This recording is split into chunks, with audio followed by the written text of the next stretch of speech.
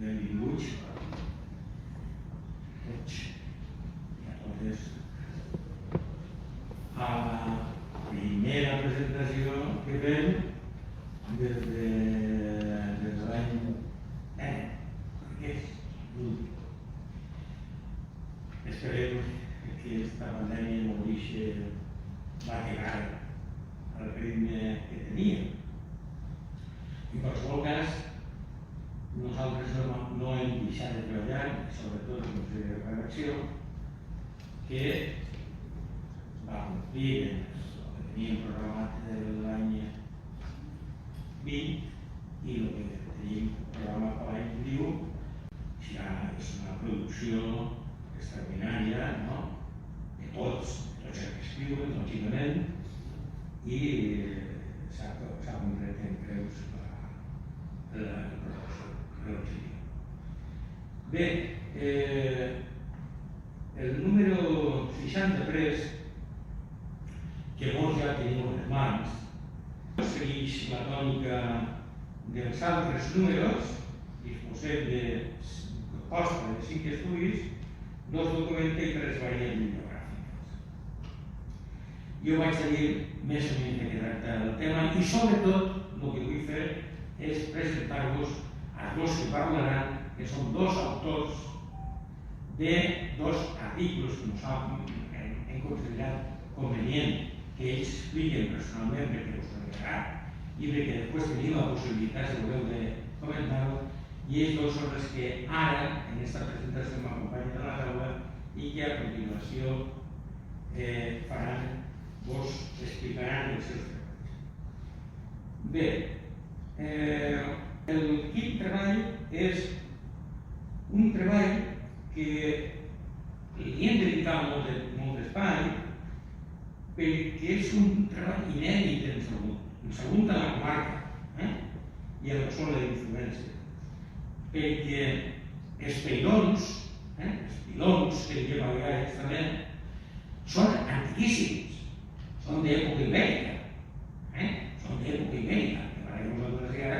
ja no ens en queda cap, no?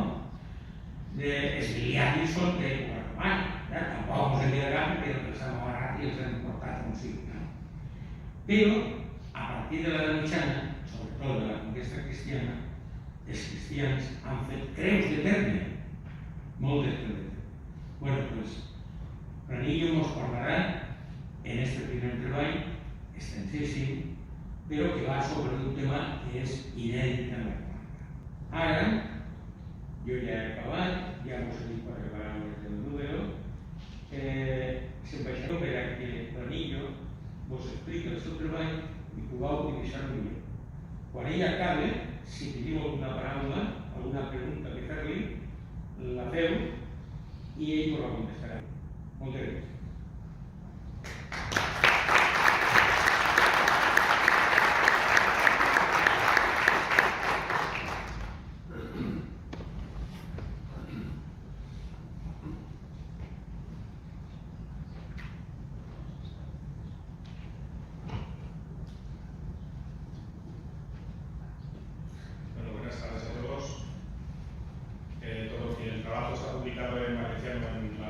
Si no os importa, os voy a hacer la exposición en castellano, porque es con lo que habitualmente mejor me dirijo. Bueno, pues el trabajo que aquí presentamos, bajo el título de Creus, Pilons, Casalicis y altres fites al Gran Movedre, es la continuación de una investigación de mayor envergadura que abarca la búsqueda, catalogación e investigación de este tipo de elementos repartidos por las tierras que bañan el Palancia, tanto el Alto Palancia como el Gran Movedre.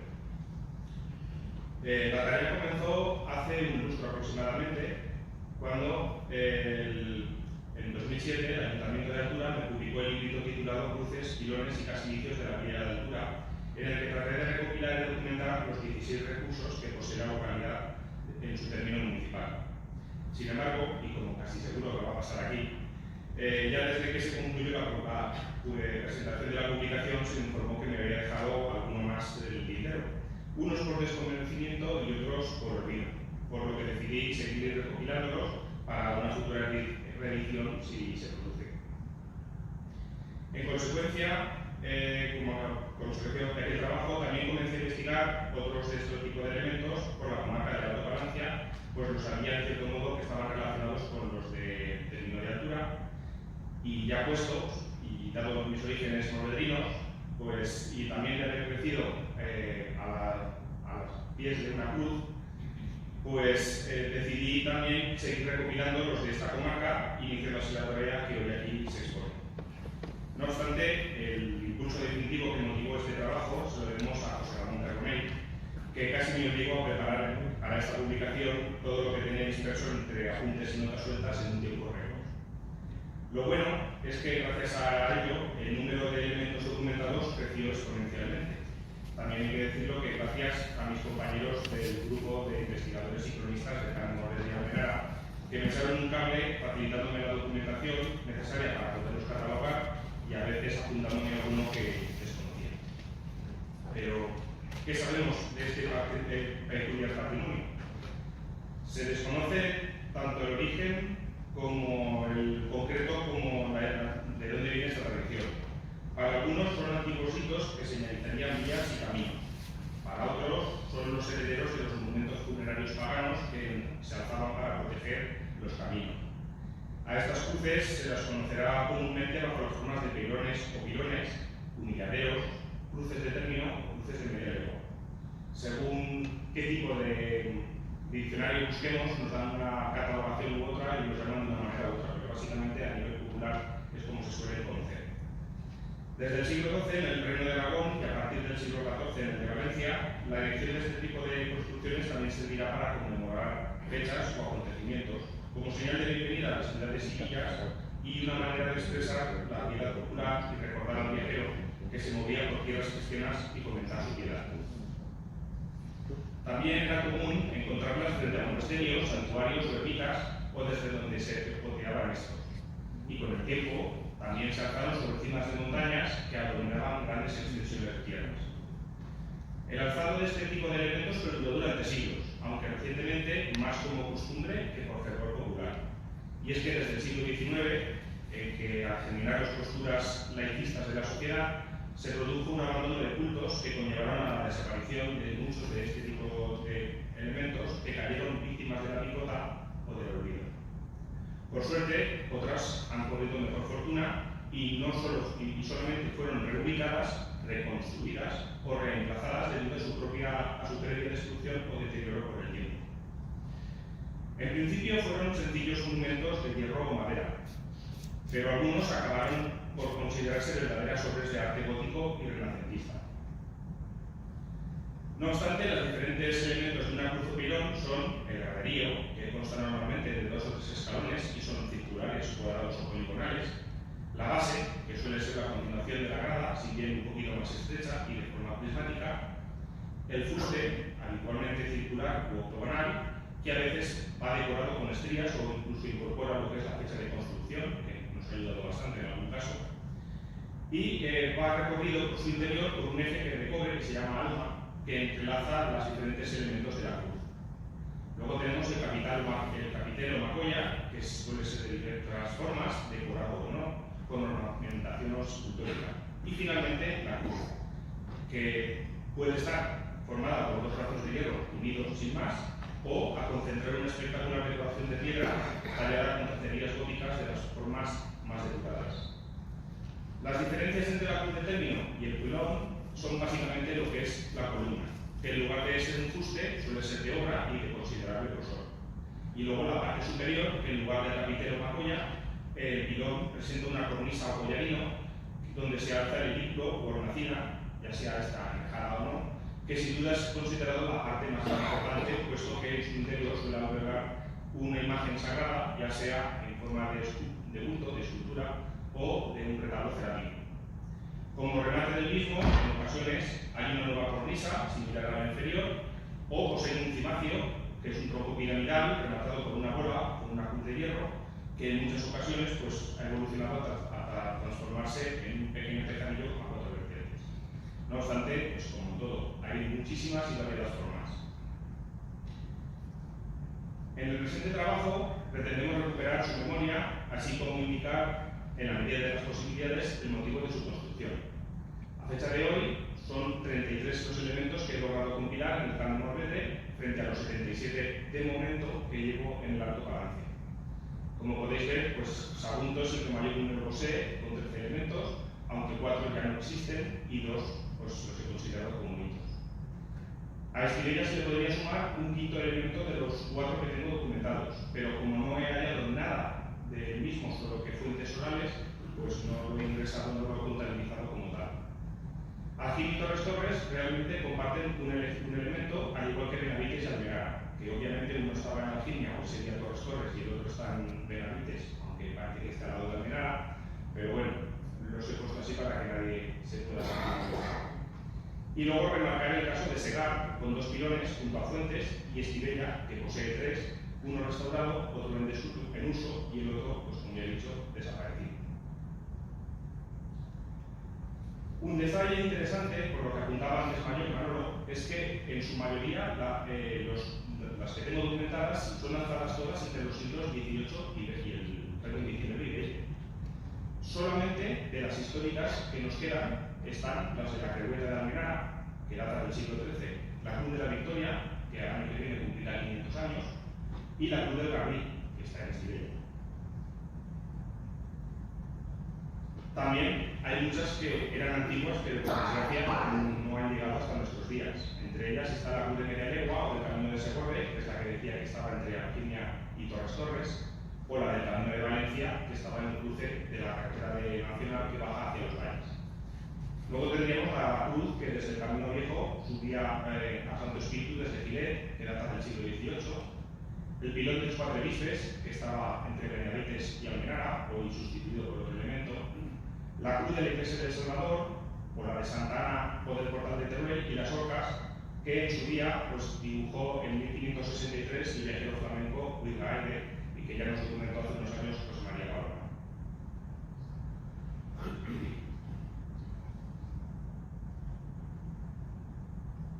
De todas las cruces que tenemos documentadas, hay que señalar que 8 hacen referencia a un acontecimiento histórico conmemorativo que ocurrió en sus cercanías. Una de ellas es la de la Crehueta, que hemos visto antes de la foto. Otra es la del pilón de los Cuatro Bisbes, la Cruz de la Victoria, la Ermita de los Caídos de Alquimia,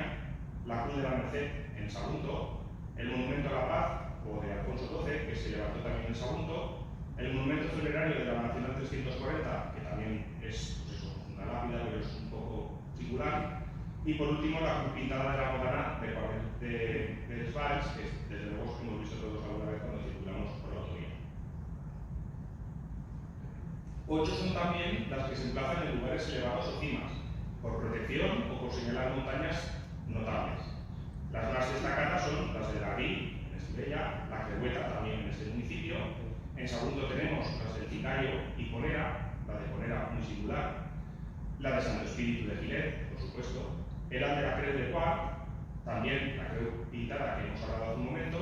y la de la Ermita de la Virgen de los Afligidos en Alfara de la Baronía.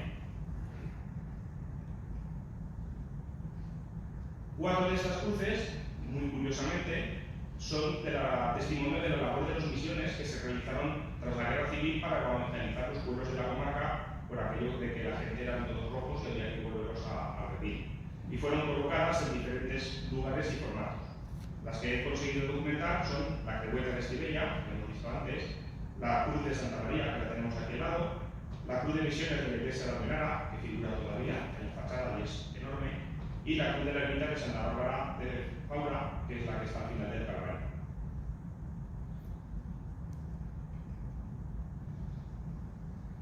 Pilones, curiosamente, a diferencia de la Alto Palancia, aquí solo he tocado 5. 2 en Segar, como ya os he dicho, el pilón de la Fuente de San Josep y el de la Fuente de San Caravaggio, aunque este está muy deteriorado. Y luego 2 también en Estibella, que son el de uno que no tiene devoción ninguna, lo han reconstruido recientemente, que está junto a la antigua Longaniza, se llamaba, y el que está a la entrada de Beselga de la Virgen de los Desamparados. Justamente también entre Beselga y Estibella existió otro dedicado al Santísimo Cristo, de este el cual he recabado solamente documentación oral, pero nadie me ha aportado ninguna fotografía ni he podido documentarlo de cuando iba a entrar. Me dijeron que se había estropeado, se rompió en la Guerra Civil, pero no tengo nada más. Y el último es este pilón de Almas, que está en Gilet, entre la carretera también de Gilet y Santo Espíritu, que en breve va a ser restaurado por el ayuntamiento y se le van a devolver las cerámicas devocionales que en su día lo adornaban. Otros cruces e hitos que he conseguido documentar son las que ya existen en torno al cementerio de Sagunto y la placeta. Algunas están ubicadas dentro, otros alrededor y otras se han desplazado. Luego, la del Cruz del Calvario y del Albalá, y dos leguarios que son muy curiosos porque apenas existen, uno en el Cabezolet y otro en el Ventorrillo, cada uno de un tamaño diferente y de diferente envergadura. Como se observa también, pues se han englobado algunas cruces de los caídos, un tema algo delicado por su marcado carácter político y partidista, pero solo en este caso he metido en el trabajo aquellas que han sido despojadas de los símbolos que causaban división en la sociedad y llevan ya años integradas en el paisaje sin que ofendan a nadie, o por contra marcan algún punto trágico de nuestra historia, como es la de Alquimia. Para finalizar, pues he observado que hay algunos de estos elementos que en las últimas décadas han sido trasladados, sustituidos por otros o reconstruidos. Uno de los que se han ido reformando ha sido el pilón de los Cuatro Bisbes de Benavides, que están justo en la divisoria que marca los límites provinciales. De ser un antiguo mojón de los de término de toda la vida, pasó a ser un obelisco con los símbolos franquistas, que después fue despojado de los mismos y hoy así se conserva, pero modernamente al hacer la CV10 se ha puesto ese obelisco de metal que nos indica más o menos el mismo significado. De los que han sido trasladados tenemos la antigua cruz de los caídos que estaba aquí también al lado en la plaza del ayuntamiento, en la plaza de la vila, que cuando dejó de tener tal función fue trasladada a su vez a la placeta del ayuntamiento, perdón, del cementerio. La que allí había entonces, que es la que tiene detrás de mí cuando era pequeñito, me costó encontrarla, pero al final vi que estaba en el Calvario. Hemos pasado muchísimas veces por ella y no nos hemos dado cuenta. Y, por último, uno que se ha reconstruido después de desaparecer es ese que existe en Estivella, junto a la Longaniza, como hemos comentado antes, pero que de momento no alberga ningún tipo de devoción porque está sin acabar. No sé si lo han dejado así al bebé o, por lo que sea, los que lo estaban construyendo ya no están. Con la presentación de este trabajo lo que he intentado es dar visibilidad a este tipo de construcciones que rara vez aparecen en los catálogos turísticos, patrimoniales o de elementos devocionales, pues se consideran como una parte de una tradición cuando, por desgracia, su pequeño tamaño, aislamiento, fragilidad y cotidianidad llevan a que cuando desaparezcan, pues a veces tardamos años en darnos cuenta y cuando ya queremos levantarnos ya no están. Y como es muy probable que me haya dejado alguno en el tintero, espero que además de que me lo hagan saber, con la puesta en conocimiento de los mismos, la sociedad los comience a conocer, apreciar, valorar y proteger, como uno más de los legados que nos han dejado nuestros mayores y pervivan muchos años más entre nosotros. Así que muchas gracias por su atención y si alguien desde luego quiere hacer alguna pregunta, pues aquí estaré si puedo responderla, encantado.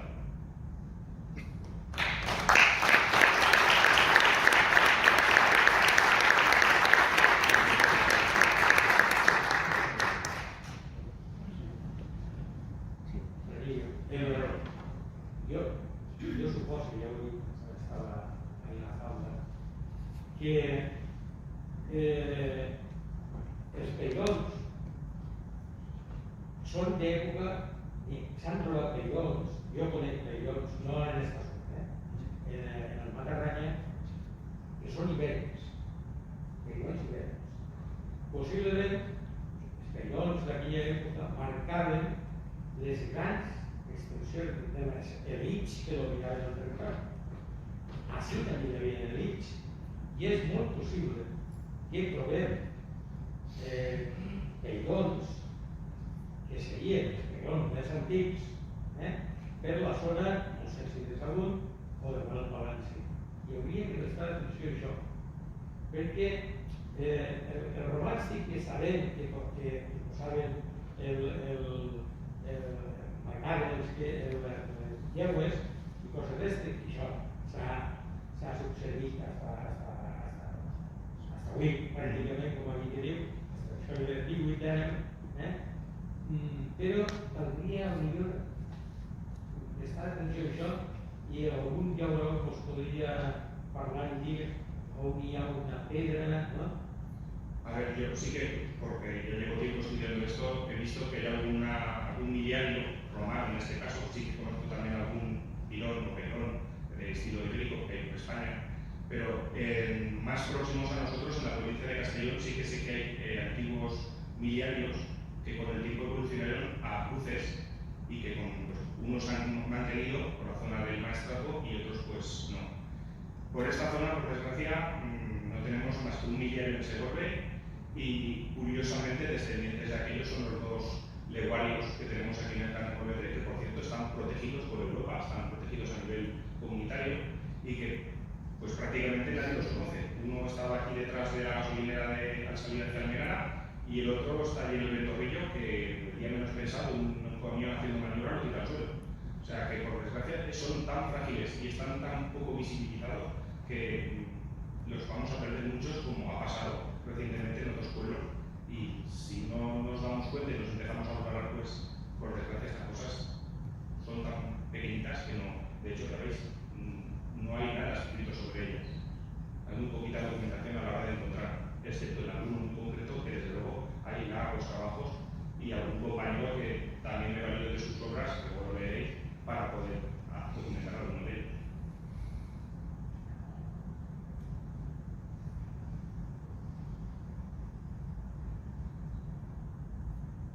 Bueno, pues si nadie quiere preguntar nada más, muchas gracias por vuestra atención y doy paso a mi compañero Agustín y así él hace su presentación.